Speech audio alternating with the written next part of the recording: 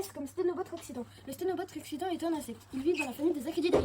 Sa coloration est dominée par le vert et le brun. Et comme taille, la taille est de 18 à 22 mm pour la femelle et de 15 à 18 mm pour le mâle. Ils ont les antennes droites et non élargies au sommet. L'abdomen et les tibias postérieurs du mâle sont rouges. Il a des pattes adaptées pour se déplacer dans les fissures et les interstices des roches. E comme éphémère. Sa durée de vie de l'œuf à l'adulte est donc environ d'1 an. À l'état adulte, le mâle est fin et la femelle trapue. Ils sont herbivores. Comme nourriture, il se nourrit de végétaux et de graminées. Il les trouve dans son habitat naturel.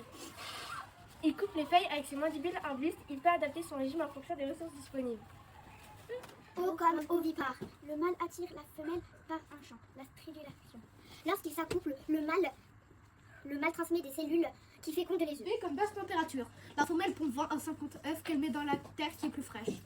Il donne naissance à des criquets qui font de juillet à octobre. Oh, comme où est-il? On le trouve au sud de la France, dans l'Espagne centrale et aussi en Italie. Il aime les pelouses sèches, les hautes altitudes et les terrains rocailleux.